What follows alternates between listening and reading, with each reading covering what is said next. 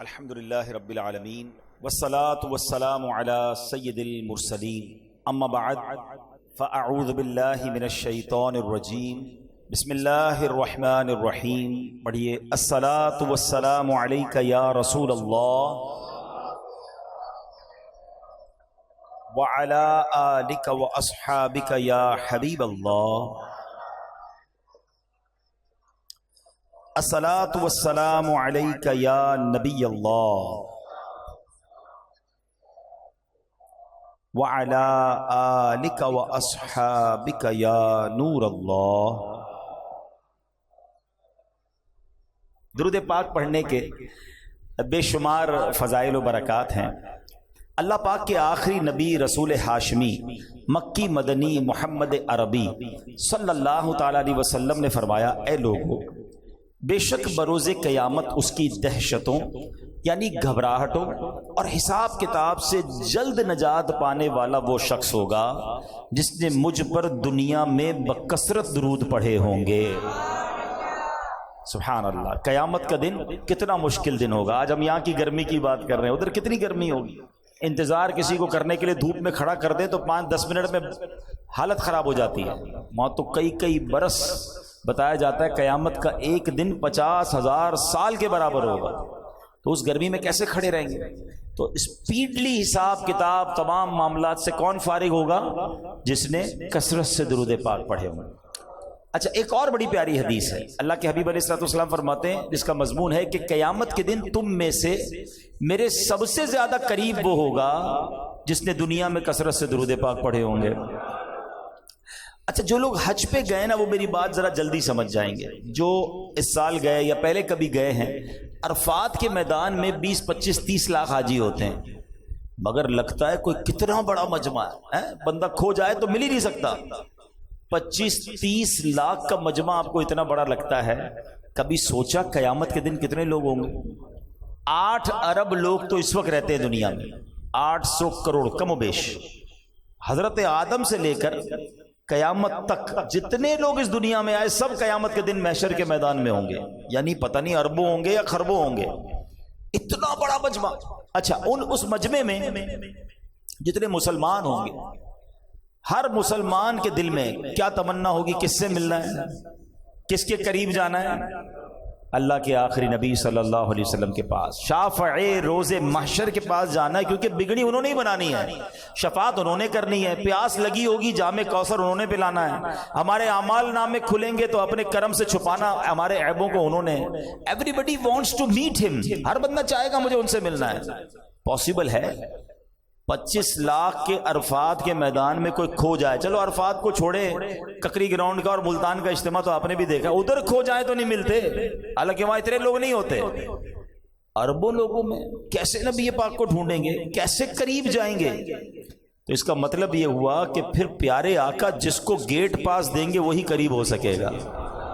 VIP پاس بنتا ہے نا، جب کراؤڈ زیادہ ہو تو بھائی چند لوگوں کو موقع ملتا ہے کہ چلیں آپ آ جائیں آگے، تو نبی پاک نے گویا گیٹ پاس دے دیا ہے کہ تم میں سے میرے قریب ترین وہ ہوگا جو دنیا میں زیادہ درود پڑھنے والا ہو۔ اب آپ کی مرضی ہے کتنے درود پڑھنے۔ کبھی کبھی ہے نا، ایک تصور جمایا کرو، ہاتھ میں تسبیح لے کر واکنگ کرتے نا، واک کرتے ہوئے کہ یار آنکھیں بند ہیں اور میں جتنے درود پڑھ رہا ہوں نا، قیامت کا دن ہے اتنے قدم نبی پاک کے قریب ہوتا جا رہا ہوں۔ پھر آپ کا جی نہیں چاہے گا تسبیح رکھنے کو، یار اور پڑھ لوں تھوڑا اور قریب ہو جاؤں، اور پڑھ لوں تھوڑا اور قریب ہو جاؤں۔ تو چلیں نیت کرتے ہیں پوری زندگی کثرت سے درود پاک پڑھیں گے انشاءاللہ۔ یکم محرم الحرام جہاں اسلامی نیا سال ہے، محرم کا مہینہ جب بھی آتا ہے بہت ساری یادیں لے کر آتا ہے، کیونکہ اس مہینے میں امام علی مقام، امام تشنا کام، امام حسین رضی اللہ تعالیٰ عنہ اور ان کے رفقا کے ساتھ جو کربلا کے میدان میں واقعات ہوئے وہ ہر مسلمان کے دل کو زخمی کر دیتے ہیں، افسردہ کر دیتے ہیں۔ اور صرف عاشورہ کے دن یہی ایک واقعہ نہیں بلکہ اور بھی بہت سارے ہسٹوریکل واقعات ہوئے، لیکن اسی مہینے کی جو پہلی تاریخ ہے ہمیں ایک اور عظیم ہستی کی یاد دلاتی ہے، اور وہ ہستی کون ہے کہ جن کے ایمان لانے کی دعا نبی پاک نے فرمائی، یعنی اللہ سے مانگا ہے کہ یا اللہ ان کو ایمان کی دولت نصیب کر دے۔ معاملہ کیا تھا؟ مسلمان تھے 39 جس وقت یہ معاملہ ہوا، صرف 39 مسلمان تھے اور بڑی مشکل کے دن تھے. مسلمان چھپ کر عبادت کرتے تھے. کہاں عبادت کرتے تھے؟ دار ارقم میں. دار ارقم ایک مکان تھا جہاں مسلمان چھپ کر عبادت کرتے تھے. وہ کہاں تھا ایگزیکٹلی؟ جو لوگ مکے مدینے گئے ہیں ذرا جلدی سمجھ جائیں گے. صفا کی پہاڑی سے جب ہم مروہ کے لیے چلتے ہیں، صفا مروہ میں جو صحیح ہوتی ہے، تو صفا سے جب آپ مروہ جاتے ہیں تو رائٹ سائڈ پہ، اب تو دیوار بن گئی ہے، مگر یہی وہ کوئی مکان تھا جہاں پر دار ارقم تھا. اچھا ایک اور بات سوچئے کہ اگر صفا کے قریب کوئی مکان تھا تو یہاں سے کعبہ کتنا دور تھا؟ چند قدم کے فاصلے پر. مگر حال یہ تھا کہ مسلمان طواف نہیں کر سکتے تھے، مسلمان کھلے عام عبادت نہیں کر سکتے تھے، ڈر کے، چھپ کے، بلکہ اپنے ایمان کا اظہار بھی نہیں کر سکتے تھے کہ ہم مسلمان ہو گئے. اتنا حال ٹینشن والے دن تھے. اب اس میں ایک ایسی شخصیت جو اسلام لانے سے پہلے بھی بڑے بہادر، بڑے جری اور جلال والے تھے. یقیناً آپ سمجھ گئے میں کس کا ذکر کر رہا ہوں، حضرت عمر فاروق رضی اللہ تعالیٰ. لیکن ابھی آپ ایمان نہیں لائے. آپ نے جب دیکھا کہ کوئی ایک ایسی ہستی آئی ہے جو ہمارے بتوں کے خلاف بات کرتی ہے، اللہ وحدہ لا شریک کی طرف بلاتے ہیں، ہمارے آبائے دین کے خلاف بات ہو رہی ہے، انہوں نے کیا کیا؟ تلوار اٹھائی اور کہا کہ میں معاذ اللہ مسلمانوں کے نبی کو شہید کر دوں. جب آپ جانے لگے تو راستے میں کسی نے روکا، اے عمر کہاں چلے؟ کہا سنا ہے کہ ایک نبی آئے ہیں اور مسلمانوں کے نبی ہیں اور ہمارے دین کے خلاف بات کرتے ہیں، میں آج ان کا کام ہی تمام کر دوں گا. معاذ اللہ 39 مسلمان تھے. اگر اس وقت معاذ اللہ عمر اٹیک کرتے اور اگر صحابہ یا اور لوگ بھی شہید ہو جاتے تو ایمان لانے والے کتنے تھے؟ بہت تھوڑے تھے. مگر اس شخصیت نے جنہوں نے انٹرسیپٹ کیا تھا، انہوں نے کہا عمر وہاں تو بعد میں جانا، پہلے ذرا اپنے گھر کی خبر تو لو، تمہاری بہن اور تمہارے بہنوئی بھی ایمان لے آئے. حضرت عمر کو بڑا غصہ آیا کہ یہ کیسے ہو سکتا ہے کہ میری بہن ایمان لے آئی، میری بہن مسلمان ہو گئی. آپ گھر پہنچے. اگر آپ گھر پہنچتے تو گھر پر عجیب منظر ہے، اور وہ منظر یہ تھا کہ گھر کے باہر سے آپ نے دیکھا تو آپ کو آواز آ رہی تلاوت قرآن کی. تو حضرت عمر جو ہے بہت غصے میں گھر کے اندر داخل ہوئے، اور جیسے ہی گھر میں داخل ہوئے تو آپ نے اپنی بہن جو ہے اس پر گویا اٹیک کیا، اپنی بہن کو مارا، اپنے بہنوئی کو مارا. اور اب جب یہ سب کچھ ہو گیا تو بھائی ہوتا ہے، اس کو احساس ہوا کہ میں نے تو اپنی بہن کو لہو لہان کر دیا. تو آپ نے پھر اپنی بہن سے کہا کہ اے بہن یہ تو بتاؤ کہ تم پڑھ کیا رہی تھی؟ بہن کہتی قرآن پڑھ رہی تھی. کہا مجھے بھی دکھاؤ. کہا تم نہیں دیکھ سکتے، تم ہاتھ نہیں لگا سکتے، تم پہلے پاکی حاصل کرو. بہن کی ہمت دیکھیں کہ ایک تو بھائی نے لہو لہان کیا ہوا، لیکن قرآن کی عظمت دل میں کیسی ہے کہ تم پاک نہیں ہو، تم نے وضو نہیں کیا، یا تم غسل کرو. بہرحال وضو کیا اور اب قرآن پڑھنا شروع کیا. اچھا عربی تو لوگ تھے، قرآن عربی زبان میں تو ان کو پڑھنا تو آتا تھا، انہوں نے قرآن پڑھنا شروع کیا. تو جیسے ہی سورہ طٰہٰ کی آیتیں آپ کے سامنے آئیں اور آپ نے پڑھتے پڑھتے اس آیت پر پہنچے، اننی انا اللہ لا الہ الا انا فاعبدنی، بے شک میں ہی اللہ ہوں، میرے سوا کوئی معبود نہیں تو میری عبادت کر. بس جب یہ پڑھنا تھا حضرت عمر کا دل لرز اٹھا. قرآن نے اپنا اثر دکھانا شروع کیا، ایمان کی شمع روشن ہونا شروع ہوئی. اللہ اکبر. اب چلے نبی پاک کی بارگاہ میں. اب نیت بدل چکی ہے، اب ارادہ کچھ اور ہے، مگر تلوار پھر بھی ہاتھ میں ہے. اب ذرا سینیریو سمجھیے گا، حالات سمجھیے گا. حضرت عمر گئے اسی دار ارقم کے دروازے پر، دروازے کو دستک دی. صحابی نے چھپکے سے تھوڑا سا دروازہ کھول کر دیکھا کون آیا ہے. بڑے ڈینجرس دن تھے. تو دیکھا حضرت عمر ہیں، ہاتھ میں تلوار ہے. حضرت حمزہ بھی اس کمرے میں موجود تھے. حضرت حمزہ کہتے ہیں ان صحابی نے کہا حضور عمر آئے ہیں اور ہاتھ میں تلوار ہے. حضرت حمزہ بھی تو شیر خدا تھے نا. فرمایا آنے دو عمر کو، اگر ارادہ ٹھیک ہے تو ٹھیک ہے، ورنہ عمر ہی کی تلوار ہوگی اور اس کا سر ہوگا. اب سبحان اللہ کمال دیکھیں، حضرت عمر تلوار لے کر آئے ہیں. عقل یہ کہتی ہے کہ نبی پاک تو پیچھے رہتے، کوئی صحابی جا کے دروازہ کھولتے تاکہ پیارے آقا کی پروٹیکشن رہے. مگر نبی پاک سے بڑھ کر بہادر کون ہے؟ میرے آقا تشریف لاتے ہیں، خود دروازہ کھولتے ہیں. اب حضرت عمر عمر سامنے ہیں، نبی پاک سامنے ہیں. نبی پاک نے حضرت عمر کا دامن تھام کر کہا اے عمر کب تک لڑو گے، ایمان لے آؤ. یہ کہنا ہے، زبان مصطفیٰ سے الفاظ نکلنے ہیں. حضرت عمر نے کلمہ پڑھنا شروع کر دیا، اشہد ان لا الہ الا اللہ اشہد ان محمدن عبدہ ورسولہ. اللہ اکبر. ادھر حضرت عمر نے کلمہ پڑھا، وہ اندر جتنے صحابہ تھے سب نے بلند آواز سے نعرہ بلند کیا. نعرہ کیا تھا؟ نعرہ تکبیر. ذرا زور سے لگاؤ نا، نعرہ تکبیر. آپ کو پتا ہے ان 39 صحابہ نے کیسا نعرہ لگایا تھا؟ حدیث کی کتابوں میں الفاظ ہیں، اتنے خوش ہوئے تھے کہ جب وہ نعرہ لگایا نا تو مکے کے پہاڑ گونج اٹھے. اچھا اب کفار مکہ سوچ رہے ہیں اللہ اکبر یا رسول اللہ، اب یا علی. اب مکے کے کفار سوچنے لگے ان کو ہو گیا، یہ چھپ کے عبادت کرتے تھے، اتنی بلند آواز سے نعرے لگا رہے ہیں. تو کسی نے بتایا کہ عمر ایمان لے آئے.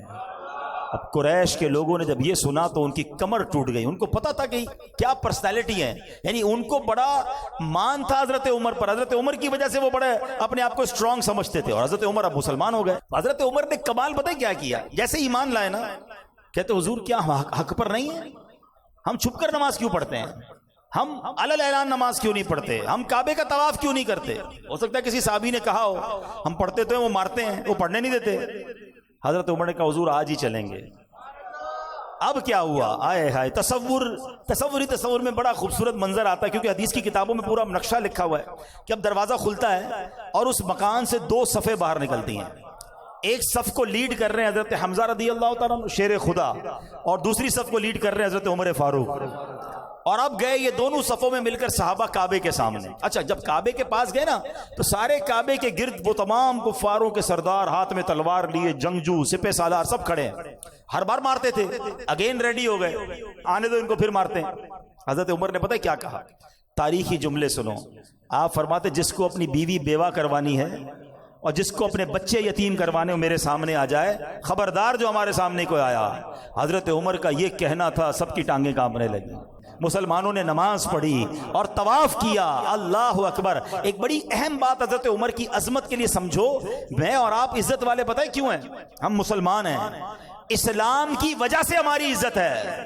اور حضرت عمر وہ ہیں کہ جن کے بارے میں کتابوں میں آتا ہے جب سے یہ ایمان لائیں اسلام کو عزت ملی. اب ذرا سوچے، اعز الاسلام والمسلمین، یعنی یہ وہ شخصیت ہیں جن کی وجہ سے اسلام کو عزت ملی، مسلمانوں کو عزت ملی.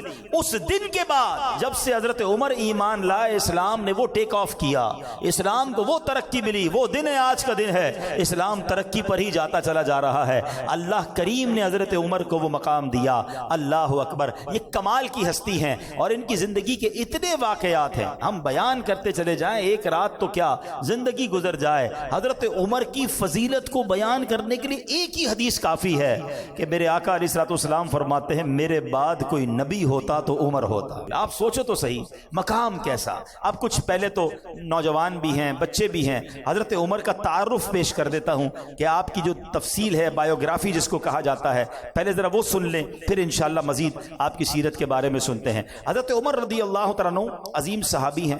دنیا میں آپ کا نام مبارک عمر ہے اور آسمانوں میں آپ کو فاروق کے نام سے پہچانا جاتا ہے. آسمانی کتاب تورات شریف میں آپ کا نام منطق الحق یعنی حق بات کہنے والے کے نام سے لکھا ہوا ہے. انجیل شریف میں آپ کا نام نام کافی ہے. جنت میں آپ کا نام اقدس سراج ہوگا. سراج کہتے ہیں چراغ کو. آپ 583 عیسوی میں ہجرت مدینہ سے 41 سال پہلے مکہ مکرمہ میں پیدا ہوئے. پیارے آقا علیہ الصلوۃ والسلام کے اعلان نبوت کے 6 سال 614 عیسوی میں آپ نے اسلام قبول کیا. پیارے آقا علیہ الصلوۃ والسلام نے آپ کے اسلام لانے کے لیے دعا فرمائی، اس لیے آپ کو مراد رسول کہتے ہیں. اب آؤ اعلیٰ حضرت کا وہ شعر سمجھ لو. کئی بار سنا ہوگا نا، اعلیٰ حضرت کہتے ہیں حضور کا دل جو ہے نا، آقا جو ہے جب ان بدبختوں کو دیکھتے تھے، بے ایمانوں کو دیکھتے تھے، ناری کہتے ہیں جہنم میں جانے والے، ان ناریوں کو دیکھتے تھے، آقا کا دل بہت دکھتا تھا کیونکہ بہت ظلم ہوتا تھا مسلمانوں پر. مگر جب عمر ایمان لائے تو نبی پاک کے دل میں ٹھنڈک آ گئی. جن کے ایمان لانے کے بعد مسلمانوں نے علل اعلان کعبے میں نماز ادا کی. پیارے آقا نے انہیں اپنا وزیر بنایا، نبی پاک کے ساتھ تمام غزوات میں تمام معاملات میں مشیر رہے، نبی پاک کے وزیر رہے، پیارے آقا کے ساتھ تمام اسٹریٹجی پلاننگ میں شامل رہے، اور پھر اس کے بعد 13 سن ہجری بمطابق 634 عیسوی یعنی 53 سال کی عمر مبارک میں آپ مسلمانوں کے دوسرے خلیفہ بنے، اور 24 ہجری بمطابق 643 عیسوی میں مسجد نبوی شریف میں نماز فجر پڑھاتے ہوئے ایک بدبخت نے آپ پر خنجر سے حملہ کیا، جس سے آپ زخمی ہو گئے اور مدینہ منورہ میں شہادت ہوئی۔ آپ کی نماز جنازہ حضرت صہیب رضی اللہ تعالیٰ عنہ نے پڑھائی، اور سبحان اللہ تدفین کہاں ہوئی؟ آئے یہ بات سمجھو، حضرت عمر حضرت ابوبکر کی شان تو سمجھو، مدینے میں مرنا بہت بڑی سعادت، جنت البقیع میں تدفین بڑی سعادت، ہماری تو زندگی کی تمنا یہ ہے، مگر حضرت عمر کی قسمت پر ہماری جانیں قربان کہ تدفین بھی ہوتی ہے تو میرے آقا کے ساتھ ہوتی ہے۔ ایک اور عشق والی بات بتاؤں، شہادت ہوئی نا، یہ تمنا تھی آپ کی، حضرت عمر کی دعا ہے، اور آج تک علماء اس دعا کو حدیث کی کتابوں پہ دعا ہے، اللہم ارزقنا شہادتا فی سبیلک واجعل موتی فی بلد حبیبک، اے اللہ مجھے اپنی راہ میں شہادت کی موت عطا فرما اور مجھے مدینے میں موت نصیب فرما، یعنی شہادت بھی مانگی اور مدینہ بھی مانگا، فجر میں حملہ ہوا، شہادت بھی ملی اور مدینہ بھی ملا اور روضہ رسول بھی ملا۔ یہ دعا بڑی مقبول ہے، مانگتے رہا کرو، اے اللہ ہم بھی دعا مانگتے، اللہم ارزقنی شہادتا فی سبیلک وَاجْعَلْ مَوْتِي فِي بَلَدِ حَبِيبِكَ، اے اللہ ہمیں مدینے کے سوا کہیں اور موت نہ دینا۔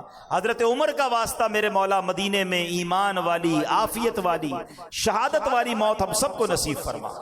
وصلی اللہ تعالی علی خیر خلقہ محمد وآلہ وصحبہ اجمعین۔ ایک اور خوبصورت بات، علماء فرماتے ہیں کہ انسان کا جو وجود بنتا ہے نا، وہ اسی مٹی سے بنتا ہے کہ جہاں اس نے دفن ہونا ہوتا ہے، ٹھیک ہے نا؟ ایک جملہ سنا ہوگا آپ نے، پہنچی وہیں پہ خاک جہاں کا خمیر تھا، یعنی جس مٹی سے میں اور آپ جس مٹی سے بنائے گئے نا، اسی جگہ جا کے دفن ہونا ہے۔ یہ اللہ کی شان ہے، اور ایسا ہوتا بھی، یہ بزرگ بیٹھے ان سے پوچھیں، کوئی بندہ دنیا میں پتہ نہیں ٹریول کرتا کرتا کہاں پہنچتا ہے، اس کی وہاں موت آ جاتی ہے، لوگ کہتے ہیں اس کی وہیں لکھی ہوئی تھی۔ تھوڑے دنوں پہلے دیکھا نا آپ نے، 2.5 لاکھ ڈالر دے کر بھی سمندر کی تہ میں گئے نا، کیونکہ موت وہاں لکھی تھی۔ کچھ 28 25 لاکھ دے کے گئے، وہ بیچارے ڈوب گئے، موت وہاں لکھی، جہاں لکھی ہے نا وہیں آئے گی، اور جس مٹی سے بنایا اسی مٹی میں تدفین ہوگی، ٹھیک ہے؟ اب حضرت عمر اور حضرت ابوبکر صدیق کو کس مٹی سے بنایا گیا؟ ہاں یہ سمجھو بات، علماء کہتے ہیں جس مٹی سے نبی پاک کی تخلیق ہوئی ہے نا، اسی مبارک مٹی سے حضرت عمر اور حضرت ابوبکر صدیق کی بھی تخلیق ہوئی ہے۔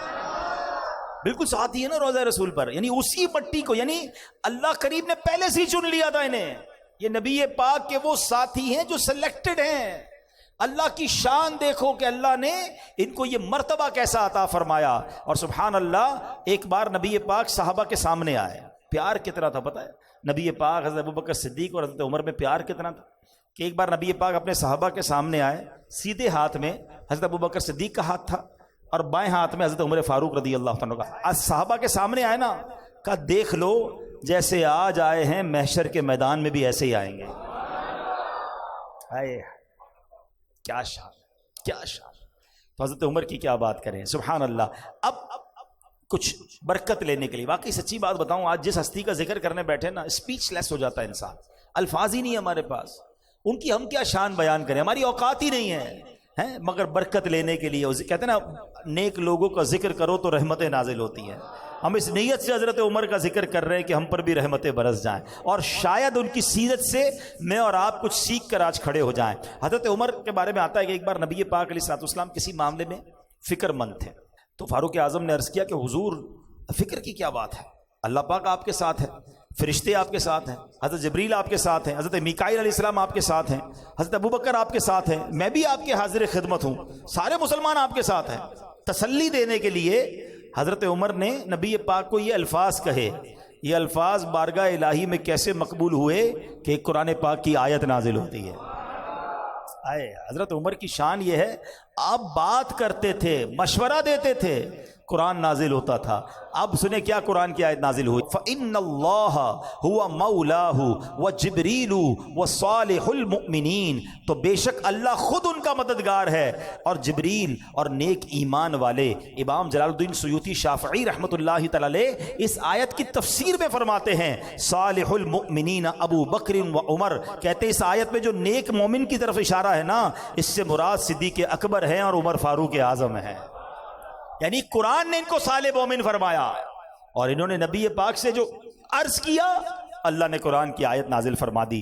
سبحان اللہ۔ حدیث پاک کی مشہور کتاب ترمذی، اس میں روایت ہے کہ جب یہ حکم نازل ہوا کہ اللہ پاک کہ پیارے حبیب علیہ الصلوۃ والسلام کی بارگاہ میں جب مسلمان گفتگو کریں تو آواز پست رکھیں، اپنی آواز کو اونچا نہ کریں، ورنہ تمہارے اعمال، تمہاری نمازیں، تمہارے روزے، تمہارے حج برباد ہونے کا اندیشہ ہے۔ اب جب یہ حکم نازل ہوا نا تو حضرت ابوبکر صدیق، حضرت عمر فاروق رضی اللہ تعالیٰ عنہ نے بہت زیادہ احتیاط کرنا شروع کر دی۔ حضرت عمر تو اتنی مائنر آواز میں، اتنی ہلکی آواز میں بات کرتے تھے کہ نبی پاک علیہ الصلوۃ والسلام کو دوبارہ پوچھنا پڑتا تھا، عمر کیا کہا تم نے، کیونکہ وہ بہت اپنی آواز کو ہلکا رکھتے تھے۔ اچھا، ادب کا تقاضا تھا، دھیمی آواز میں بات کر رہے ہیں، قرآن پاک کی آیت نازل ہوتی ہے۔ اب سنو قرآن کیا کہتا ہے، ان الذین یغضون اصواتهم عند رسول اللہ۔ قرآن کہتا ہے بے شک جو لوگ اللہ کے رسول کے پاس اپنی آوازیں نیچی رکھتے ہیں، اولئک الذین امتحن اللہ قلوبہم للتقوی، یہی وہ لوگ ہیں جن کے دلوں کو اللہ نے پرہیزگاری کے لیے پرکھ لیا ہے۔ پھر آگے انعام کیا ان کے لیے، لہم مغفرۃ و اجر عظیم، ان کے لیے بخشش اور بڑا ثواب ہے۔ وہ صحابہ کرام جو بہت نیچا رکھتے تھے، حضرت ابوبکر صدیق اور عمر فاروق اعظم ہیں، تو گویا اس آیت میں بتایا گیا کہ اللہ نے ان کے دل تقوی اور پرہیزگاری کے لیے پرکھ لیے ہیں، ان کے لیے آخرت میں بخشش ثواب ہے۔ سبحان اللہ، سبحان اللہ۔ تو یہ ہے حضرت عمر فاروق۔ اچھا، اب حضرت عمر فاروق کی جو شان ہے نا، بہت ساری شانیں ہیں، اس میں ایک بڑی کمال کی آپ کی خاص بات یہ ہے کہ آپ جو ہے نا، آپ کے ساتھ قرآن کی بڑی موافقت آتی ہے۔ یعنی آپ نبی پاک کی بارگاہ میں کوئی عرض کرتے، مشورہ دیتے، اور اللہ اس کا حکم نازل کر دیتا۔ علماء فرماتے ایسی 20 کے قریب آیتیں ہیں جو حضرت عمر نے عرض کی اور قرآن میں وہ آیت نازل ہو گئی۔ اب میں 2-3 باتیں انشاءاللہ اس بارے میں عرض کرتا ہوں۔ اس میں کیا ہوا کہ ایک بار نبی پاک کی بارگاہ میں تو عمر آتے ہیں، کہتے حضور یہ جو مقام ابراہیم ہے، مقام ابراہیم پتہ ہے نا، وہ پتھر جہاں حضرت ابراہیم نے کھڑے ہو کر کعبے کی تعمیر کی، آج بھی موجود ہے۔ اچھا، ایک بڑی مشہور آیت ہے، سب کو یاد ہوگی تقریباً، وَاتَّخِذُوا مِن مَّقَامِ إِبْرَاهِيمَ مُصَلًّى، اور ابراہیم کے کھڑے ہونے کی جگہ کو اپنی جائے نماز بناؤ، مصلی بناؤ، ٹھیک ہے۔ اور ساری دنیا پڑھ، جیسی طواف ہوتا ہے کیا کرتے ہیں، مقام ابراہیم پہ نفل پڑھنے، وہاں نہیں ملتی جگہ تو کہیں اور پڑھتے ہیں، مگر لوگ چاہتے ہیں اس کے قریب پڑھیں۔ مگر آپ کو پتہ ہے یہ حکم کیسے آیا؟ حضرت عمر نے ایک بار نبی پاک سے عرض کیا، حضور کیا ایسا نہیں ہو سکتا کہ ہم ابراہیم علیہ السلام کے جو مقام ہے، مقام ابراہیم کو ہم مصلی بنا لیں؟ حضرت عمر نے مشورہ دیا، جبریل امین حاضر ہوتے ہیں اللہ کے نبی کی بارگاہ میں یہ آیت لے کر، وَاتَّخِذُوا مِن مَّقَامِ إِبْرَاهِيمَ مُصَلًّى۔ ہائے ہائے ہائے، اور اے مسلمانوں، تم ابراہیم کے کھڑے ہونے کی جگہ کو نماز کا مقام بناؤ۔ اے صفا مروہ کرنے والو، حج پہ جاتے صفا مروہ کرتے، عمرے پہ جاتے صحیح کرتے ہو نا؟ آپ کو پتہ پہلے نہیں ہوتی تھی۔ ہاں، یہ کیسے ہوا؟ حضرت عمر نے نبی پاک سے عرض کیا کہ حضور ہم کعبے کا تو طواف کرتے ہیں، کیا یہ اچھا ہم صفا مروہ کے درمیان بھی چکر لگا لیا کریں؟ مشورہ دیا نبی پاک کو۔ اللہ اکبر، ان کی شان دیکھو، جبریل امین آتے ہیں اور اللہ کے نبی کی بارگاہ میں کون سی آیت لے کر آتے ہیں؟ کتنی مشہور آیت ہے، ان الصفا والمروۃ من شعائر اللہ فمن حج البیت او اعتمر فلا جناح علیہ ان یطوف بہما۔ قرآن کہتا ہے بے شک صفا اور مروہ اللہ کی نشانیوں میں سے ہے، جو اس گھر کا حج اور عمرہ کرے اس پر کچھ گناہ نہیں کہ ان دونوں کے چکر لگائے۔ اللہ اکبر، یہ مشورہ تھا فاروق اعظم کا، اور قرآن کی آیت نازل ہو جاتی۔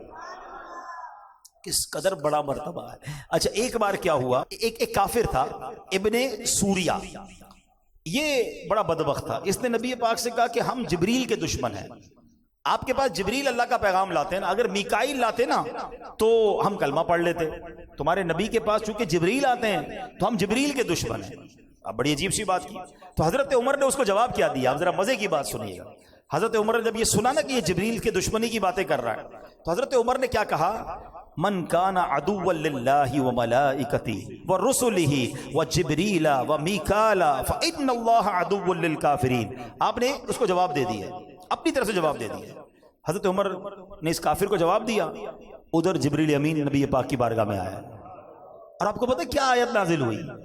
ایگزیکٹلی یہی الفاظ جو حضرت عمر نے اس کافر کو جواب دیا، اللہ نے وہی الفاظ گویا قرآن میں نازل فرما دیے.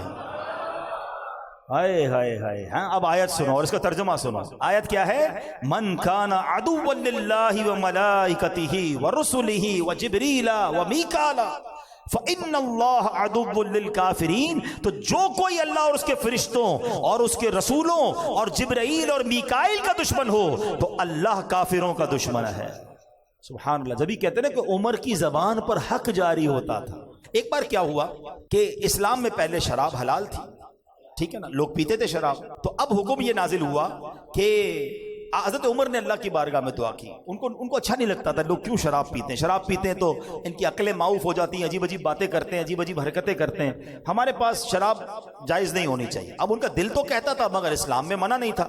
تو آپ نے اللہ کی بارگاہ میں دعا کی، اللہم بین لنا فی الخمر، یعنی الہی شراب کے معاملے میں ہماری رہنمائی فرما. تو اب ارشاد کیا ہوا؟ یا ایھا الذین آمنوا لا تقربوا الصلاۃ وانتم سکارا حتی تعلموا ما تقولون. قرآن کہتا ہے اے ایمان والو نشے کی حالت میں نماز کے پاس نہ جاؤ جب تک سمجھنے نہ لگو وہ بات جو تم کہو. یعنی پہلا حکم کیا آیا تھا کہ شراب نماز کے وقت نہیں پینی ہے، یعنی نشے میں نماز نہ پڑھیں، باقی شراب منع نہیں تھی. پہلا حکم یہ آیا. حضرت عمر نے جب سنا کہ 5 نمازوں میں شراب کو منع کر دیا گیا ہے تو آپ کہتے ہیں کہ اللہ کے حبیب سے کہ حضور اللہ سے دعا کریں کچھ اور حکم آ جائے، کوئی اور وضاحت مزید آ جائے. قرآن کہتا ہے ایک اور آیا، اللہ کے نبی نے حضرت عمر کو بلایا، عمر ایک اور آیت آئی ہے. وہ آیت کیا تھی؟ یسألونک عن الخمر والمیسر قل فیہما اثم کبیر. ترجمہ کیا ہے؟ آپ سے شراب اور جوئے کے متعلق سوال کرتے ہیں، تم فرما دو ان دونوں میں کبیرہ گناہ ہے. اب اس آیت میں شراب کی برائی تو بیان کی گئی، مکمل طور پر حرام نہیں قرار دیا. نبی پاک نے بلایا عمر کو، عمر یہ آیت آئی ہے. تو حضرت عمر نے پھر دعا کی، یا اللہ اور وضاحت فرما دے، اے اللہ اور حکم نازل فرما. ہے تمنا دیکھو اور کنیکشن دیکھو. جبریل امین پھر آتے ہیں.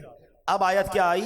یا ایھا الذین آمنوا انما الخمر والمیسر والانصاب والازلام رجس من عمل الشیطان فاجتنبوہ لعلکم تفلحون. نبی پاک نے حضرت عمر کو پھر بلایا، اے عمر آؤ رب کا نیا پیغام آیا ہے، ایک اور حکم آیا ہے. اب جی آیت نازل ہوئی، اس کا معنی کیا ہے؟ اے ایمان والو شراب اور جوا اور بت اور قسمت معلوم کرنے کے تیر ناپاک شیطانی کام ہی ہیں، تو ان سے بچتے رہو تاکہ تم فلاح پاؤ. اس آیت کے بعد شراب کو مکمل طور پر حرام قرار دے دیا. یہ شان ہے حضرت عمر کی. ریئلائز تو کرو کہ قیامت تک قرآن کی تلاوت ہوتی رہے گی، اور جب جب ان آیتوں کی تلاوت ہوتی رہے گی سبحان اللہ عظمت عمر فاروق کا اعلان ہوتا رہے گا. ملی تائید خدا، تائید حبیب خدا، مل گئی تائید اصحاب خیر الورا، دیا حق نے ان کا ساتھ ہے، فاروق اعظم کی کیا بات ہے. طے کرے صدق و صفا ان کے حق میں رسول خدا کی دعا، جب بھی کچھ کہے حق تیرے ساتھ ہے، فاروق اعظم کی کیا بات ہے، کیا بات ہے. سبحان اللہ. تو اے میرے پیارے اسلامی بھائیو، اس سے پہلے کہ میں بیان کو آگے کی طرف لے کے چلوں، ایک بات کہ شراب مسلمانوں میں حلال تھی، لوگ شراب پیتے تھے جب جائز تھی. لیکن جیسے یہ حکم نازل ہوا نا تو کتابوں میں آتا ہے کہ مکے کی گلیوں میں پانی کی طرح شراب بہہ رہی تھی. اپنے برتن توڑ دیے، اپنی شرابیں بہا دی لوگوں نے. اللہ کا حکم آیا، حالانکہ پہلے پیتے تھے، عادی تھے، مگر حکم الہی آیا تو 1 منٹ نہیں لگایا.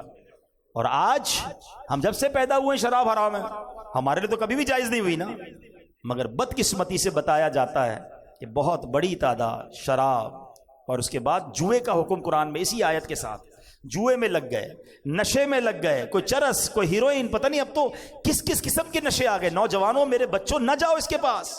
بڑی تعداد میں نوجوان لڑکے ان کاموں میں پھنس گئے ہیں. خدا کے واسطے اپنے آپ کو بچاؤ. یہ اللہ کو ناراض کرنے والا کام، آپ کی صحت بھی برباد، معاشرے میں بھی آپ بدنام. ہم نے کروڑ پتی لوگوں کے بچوں کو روڈ پہ پڑے ہوئے دیکھا کیونکہ اتنے نشے میں پڑ گئے کہ آخر گھر والوں نے بھی نکال دیا. یہ لوگ کہتے ہیں اچھا پھر پتہ یہ نشہ لگتا کہاں سے؟ نشہ دوستوں سے ملتا ہے. کوئی ایک جواری، ایک شرابی، ایک ہیروئنچی مجھے بتا دو جو کہے کہ میرے اماں ابا نے مجھے لا کر دیا تھا کہ بیٹا آج تیری برتھ ڈے، یہ چرس پی لو، آج بڑا اچھا لگ رہا ہے تو یہ شراب پی لو. نہیں، یہ سارے وہی برے دوست ہیں کہ جو پہلے کہتے سگریٹ پی لو، بندہ کہتا نہیں میں تو صرف سگریٹ پیتا ہوں، میں تو کچھ بھی نہیں کرتا، دوست پیتے ہیں میں بیٹھتا ہوں. اسی طرح بندہ ان بری عادتوں میں پڑتا ہے اور دنیا بھی برباد اور آخرت بھی برباد. خدا رسول کے واسطے حضرت عمر کی بات ہو رہی ہے، قرآن کا حکم جب اس وقت کے مسلمانوں کے پاس آیا، انہوں نے اپنا سب کچھ ختم، شراب کی ندیاں بہا دی، ایک قطرہ باقی نہیں رکھا. تو ہم بھی تو صحابہ کے غلام ہیں، ہم بھی تو اہل بیت کے غلام. اب نیت کر لیں کبھی بھی نشے والی چیز کے قریب نہیں جائیں گے، کبھی بھی جوئے کے قریب نہیں جائیں گے. اور یہ جو اعتماد بات کرتے ہیں نا اپنے اوپر، نہیں یار میں بڑا پکا ہوں، میں تو صرف بیٹھتا ہوں، میرے دوست جوا کھیلتے ہیں. او اللہ کے بندو، ادھر بیٹھ رہے ہو جدھر اللہ کی لعنت برس رہی ہے. آپ کہتے ہو میں کھیلتا نہیں، میں پیتا نہیں، بیٹھتے تو ہو نا، کیا ہو رہا ہے ادھر؟ اللہ کی لعنت برس رہی، تم ادھر بیٹھ رہے ہو. دنیاوی لحاظ سے پوچھتا ہوں، کچھ لوگ جوا کھیل رہے، 4 لوگ بیٹھے، پولیس آتی تو کس کو اٹھاتی ہے؟ سبھی جاتے ہیں نا. وہ یہ کہتا تھوڑی میں بیٹھا تھا، میں بیٹھا کیوں تھا ادھر؟ یہ بیٹھنے کی جگہ ہے. بالکل اسی طرح جب اللہ کی طرف سے غضب نازل ہوتا ہے تو یہ ساتھ کمپنی دینے والے بھی مارے جائیں گے. ارے بیٹھنا ہے تو ان کے ساتھ بیٹھو نا، جو اللہ رسول کا ذکر کر رہے ہیں. ہاں ادھر بیٹھو، برکتیں ہی برکتیں، ادھر کیوں بیٹھتے ہیں؟ اچھا میں لاجیکلی سمجھاتا ہوں. کسی بلڈنگ میں آگ لگ جائے پہلی منزل پر، دوسری منزل والا کو یار میں تو بیٹھا ہوں نا، نیچے آگ لگی ہے، بیٹھے گا خالی کرے گا؟ پوری بلڈنگ خالی. یار کہیں سیکنڈ فلور پہ بھی نہ لگ جائے. اچھا اتنی عقل ہے آپ کے اندر کہ فرسٹ فلور پہ آگ لگے تو سیکنڈ تھرڈ سب خالی، بلکہ آس پاس کی بلڈنگیں بھی خالی کرا لی جاتی ہیں. یار دنیا کی آگ نہ لگ جائے، جدھر جہنم کی آگ برس رہی ہے تم ادھر بیٹھے ہوئے ہو اور کہتے ہو مجھے کچھ نہیں ہوگا. ایک بات یاد کر لو، بڑی خوبصورت بات پنجابی شاعر نے کہی نا، بھلے بندے دی صحبت یاروں، جویں دکان اتاراں، سودا بھاوے ملے نہ لئیے، ہلے آن ہزاراں. کہتے اچھے بندے کی صحبت ایسی ہے جیسے عطر والے کی دکان. عطر کی دکان پہ جاتے ہیں نا، پرفیوم شاپ پہ جاتے ہیں، کہتے کچھ خریدو نہ خریدو، 1 روپے کا خرچہ نہ کرو، فری میں خوشبو مل جاتی ہے. جیسی داخل ہوتے پہلی خوشبو آ جاتی ہے، مزہ آ جاتا ہے. پھر وہ لگا بھی دیتا ہے سیمپل، تھوڑے اور سیمپل بھی لگوا لیتے ہیں، فری میں خوشبو مل گئی. کہ یہ اچھا آدمی ہے، یہ اچھے آدمی کی صحبت ہے. یہ نیک لوگوں کی صحبت میں بیٹھتے نا، کچھ کیا نہیں کیا، برکت ملی گئی، خوشبو آئی گئی، رحمت کے چھینٹے برس ہی گئے. اور وہ کہتے ہیں برے بندے دی صحبت یاروں، جویں دکان لوہاراں. کہتے ہیں برے بندے کی صحبت ایسی جیسے لوہار کی دکان ہے. دیکھیے لوہار کی دکان پہلے تو ہوتی تھی، اب پتہ نہیں ہے نہیں، وہ چنگاریاں نکلتی تھیں، وہ کوئی چھری تیز کرتے تھے اور وہ ٹھک ٹھک کرتے رہتے تھے. ہمارے خارا در میں رہتا تھا تو وہاں بھی تھی، اب بھی ہوں گی اولڈ سٹی ایریا میں. تو کہتے ہیں یہ دکان کیا ہے، کپڑے پاوے کنج کنج پہیے، چنگا پین ہزاراں. کہ کتنے بھی کپڑے بچا لو، ایک نہ ایک چنگاری تمہارے دامن میں سوراخ کر ہی دے گی. گھر پہ آ کے دیکھتے تھے کیا ہوا یار، یہ سوراخ کیسے ہوا رہے؟ وہ گئے تھے نا لوہار کی دکان پہ. اچھا بدبو آ رہی ہے، کیوں آ رہی ہے؟ دھواں آ گیا. دس از دا میننگ. سمجھو بات کو تسلی سے. اچھے بندے کی صحبت عطر والے کی دکان ہے، خوشبو ملے گی، نیکی ملے گی. اچھا ایک اور اس کا ڈیمونسٹریشن کر لیتے ہیں نا، ایک چھوٹا سا تجربہ کر لیتے ہیں. شاید ظاہر یا شرابی جواری یا ڈکیت تو نہیں بیٹھے ہوں گے تو میں ان سے پوچھ نہیں سکتا، لیکن ان سے جب آپ پوچھیں گے تو آپ کو یہی کہیں گے یار دوستوں نے لگایا تھا. لیکن یہ امامے والے بیٹھے ہیں، داڑھی والے بیٹھے ہیں، نمازی بیٹھے ہیں، ان سے پوچھ لو کس نے نیک بنایا؟ یہ کہیں گے دوست نے بنایا. کوئی اچھا دوست ملا ہوگا جو مسجد میں لے آیا ہوگا، کوئی اچھا اسلامی بھائی ملا ہوگا، اجتماع میں لے گیا ہوگا، فیضان مدینہ لے گیا ہوگا، ماں باپ نے بھی شفقت کی ہوگی، دوست بھی اچھے مل گئے. تبدیلی اچھی بھی دوستوں سے آتی ہے اور بری بھی دوستوں سے آتی ہے. اب یہ آپ کی مرضی اچھا بننا یا برا بننا ہے. حضرت عمر رضی اللہ عنہ کی سیرت کو دیکھیں، کیا قرآن فہمی ہے، کیا قرآن پر عمل ہے، کیا گناہوں سے بچنا ہے. اور ہمارا حال کیا ہے؟ تو خدا را اچھی صحبت اپنائیں، اچھے ماحول سے وابستہ ہو جائیں. اور آج کے اس پرفتن دور میں دعوت اسلامی جیسا ماحول نہیں ہے، لاکھوں لوگوں کو بدل دیا ہے. تو پھر کیوں نہ اس ماحول سے وابستہ ہو جائیں. تو جہاں انشاءاللہ محبت رسول بھی ملے گی، محبت صحابہ بھی ملے گی، محبت اہل بیت بھی ملے گی، محبت اولیاء بھی ملے گی، محبت علماء بھی ملے گی، اپنے ماں باپ کی محبت اور ادب بھی ملتا ہے. پھر کیوں نہ اس ماحول کو اپنائیں، اجتماع میں آتے رہیں، مدنی قافلوں میں سفر کرتے رہیں. حضرت عمر اتنا بڑا مرتبہ، یعنی مطلب اس سے بڑا مرتبہ کیا ہوگا کہ کوئی بات کرے اور قرآن کی آیت نازل ہو جائے، مگر حضرت عمر کا اللہ اکبر، خوف خدا اور قرآن پڑھنے کا انداز ایسا تھا کہ ایک بار حضرت عمر نماز فجر پڑھا رہے تھے. قرآن میں بھی پڑھتا ہوں، آپ بھی پڑھتے ہیں، سنتے ہیں، ہم سب سنتے ہیں. حضرت عمر نماز فجر پڑھا رہے ہیں اور آیت نمبر سورہ یوسف کی آیت نمبر 84 پر پہنچے. تو آیت کیا تھی؟ وَبْيَضَّتْ عَيْنَاهُ مِنَ الْحُزْنِ فَهُوَ قَضِيمٌ. اور یعقوب کی آنکھیں غم سے سفید ہو گئیں، وہ اپنا غم برداشت کرتے رہے. حضرت عمر جماعت کرا رہے ہیں، امام ہیں. جب یہ آیت پر پہنچے نا، اتنا روئے، روتے روتے رہے، کافی دیر ہو گئی. پھر بہت دیر کے بعد آپ نے رکوع فرمایا. قرآن ان کے دل پر اثر کرتا تھا. ایک بار حضرت حسن سے روایت ہے کہ حضرت عمر فاروق نے تلاوت کی سورہ طور کی آیت نمبر 7 اور 8. آیت کیا تھی؟ ان عذاب ربک لواقع ما لہ من دافع. بے شک تیرے رب کا عذاب ضرور واقع ہونے والا ہے، اسے کوئی ٹالنے والا نہیں. آپ پر ایسی رکت طاری ہوئی، ایسا خوف خدا طاری ہوا کہ 20 دن تک آپ کی یہ کیفیت رہی. تو عمر کے بارے میں آتا، اب اتنا خوف خدا میں روتے تھے کہ آپ کے چہرے پر 2 سیاہ لکیریں پڑ گئی تھی. تنہائی میں جا کر ایک بار ایک صحابی نے دیکھا حضرت عمر اپنے آپ کو کوڑا مار کر کہہ رہے ہیں، اے عمر خطاب کے بیٹے، تم اور امیر المومنین، اللہ سے ڈر. اللہ اکبر، قطعی جنتی. آقا فرما رہے ہیں اچھا سنو، مرتبہ یہ ہے کہ میں اور آپ شیطان سے ڈرتے ہیں، اللہ شیطان کے واروں سے محفوظ فرمائے، ہماری حفاظت فرمائے. حضرت عمر کے بارے میں نبی پاک فرماتے ہیں جس کا مضمون ہے کہ عمر جس گلی سے گزر جائے ادھر سے شیطان نہیں گزرتا ہے.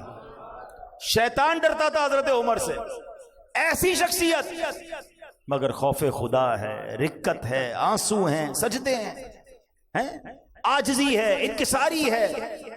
اور ہم ہیں کہ گناہوں کا انبار ہے مگر کوئی خوف خدا نہیں. تلاوت قرآن کرنے کا ٹائم ہی نہیں ہے. نہیں کرو میرے پیارے اسلام میں ایسے، قرآن سے دوستی کر لو. آج حضرت عمر کی بات ہوئی، حضرت عمر اور قرآن کا بڑا گہرا تعلق ہے. حضرت عمر کی تو ابتدائی قرآن ہے نا. آپ مسلمان کیسے ہوئے؟ کیا پڑھ کر؟ بدلا کیسا دن؟ قرآن پڑھ کر. یعنی آپ کو سٹارٹ ہی قرآن سے ملا، اور اس کے بعد قرآن سے ان کی ایسی دوستی ہو گئی کہ آپ تو مشورہ دیتے تھے تو قرآن نازل ہو جاتا تھا، قرآن پڑھتے تو آنسو جاری ہو جاتے تھے. اللہ اکبر. تو ہمیں حضرت عمر کی سیرت سے یہ بھی سیکھنا ہے کہ ہمیں اپنے گناہوں سے توبہ بھی کرنی ہے، اپنے اندر خوف خدا بھی لانا ہے، اچھی صحبت بھی اپنانی ہے، اور قرآن پابندی سے پڑھنا ہے. تو انشاءاللہ نیت کریں کہ روزانہ کچھ نہ کچھ قرآن پڑھیں گے انشاءاللہ. دعوت اسلامی کمال کی تحریک، جہاں بہت سارے کارنامے دعوت اسلامی کے ہیں، وہاں قرآن کو گھر گھر پہنچانے کا، تعلیم قرآن کو عام کرنے کا جو کام دعوت اسلامی کر رہی ہے، میں نہیں سمجھتا اس کی مثال دنیا میں آپ کو کہیں ملے.